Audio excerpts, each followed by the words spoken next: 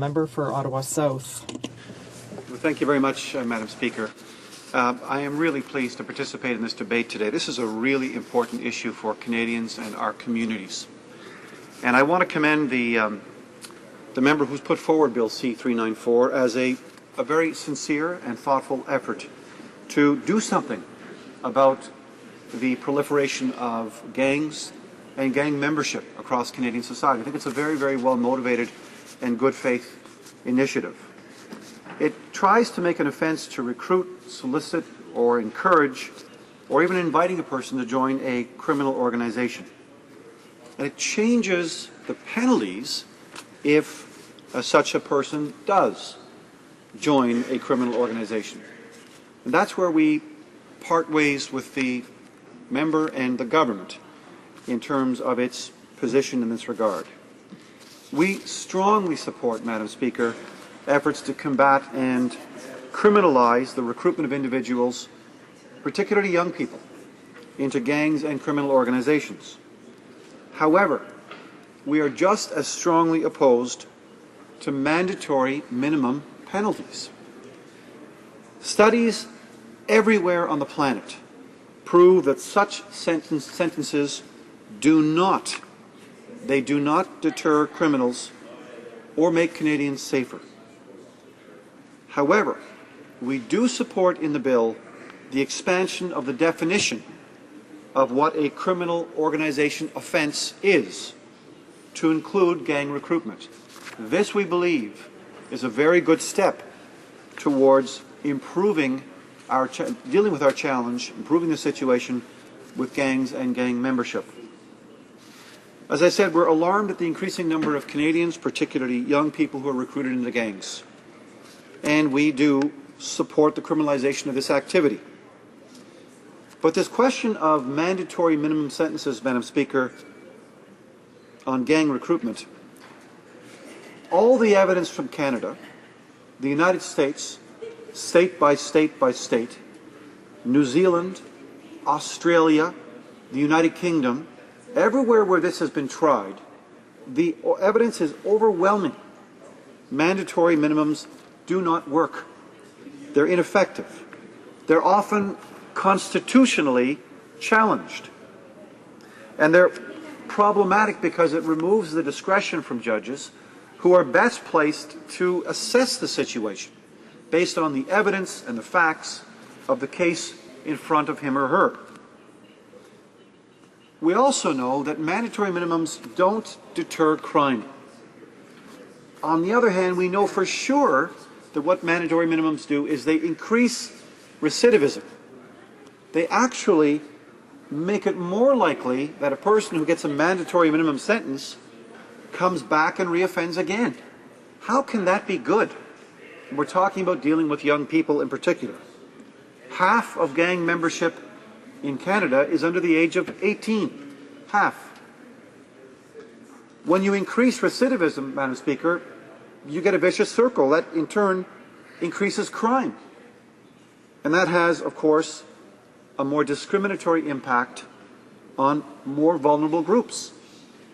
Notably in Canada are Aboriginal young people, among whom gang recruitment is higher than other parts of our society. In my own community of Ottawa South, Madam Speaker, I deal with community police officers all the time.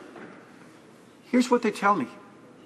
These are frontline officers, men and women, who are charged with the responsibility of dealing with so-called hotspots, which all of us as members of Parliament deal with in our ridings, particularly in urban spaces. They tell us that the ticket, the key, is now to get to kids between the ages of 8 and 12. 8 and 12 years old. That's the time to get to kids with activities, particularly post-school activities, that keep them on the right track. I'll come back to that in a moment.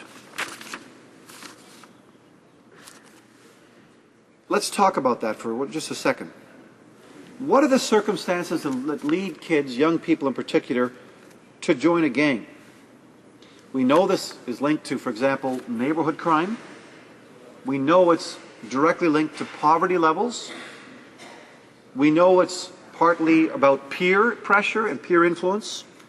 We know it's sometimes about the lack of vigilance by parents, by teachers, by community members and leaders. We know it has to deal with a lack of opportunities for positive after-school recreation programs, for example, or homework clubs. We know it's linked to substance abuse and alcohol use. We know this is all together tied into a large challenge. We think the government should be investing more in activities that engage our kids than forcing mandatory minimums on judges and then downloading to the provinces the responsibility to build more jails, which, by the way, is a strategy that was tried in Texas and tried in California. And isn't it interesting that the governors of both of those states now publicly denounce that experiment?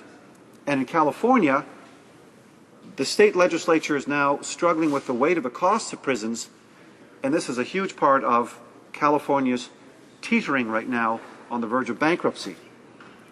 So we believe we should be investing more in soccer fields and music groups, making our recreational spaces more available for kids. Not a bad idea, especially when we're dealing with a childhood obesity epidemic, when we're dealing with all kinds of health challenges around sedentary lifestyles. So we are alarmed by the increase in numbers of kids joining gangs. We support the provisions of the bill which actually go away in criminalizing the recruitment of kids, but we just don't understand the government's fixation on mandatory minimums. We know that it's a narrative that the government uses for its base, but it flies in the face of all experience.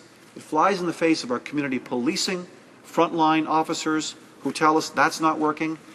And we're scratching our heads and asking, why do you want to spend all this money in incarceration when we know every dollar, Madam Speaker, to close, every dollar we spend up front saves us $40 afterwards in terms of the costs for criminal enforcement, incarceration, parole, and beyond. So we think the bill is good in a halfway respect, but unfortunately goes the wrong way when it comes to mandatory minimums, and as a result, we will not be supporting this bill.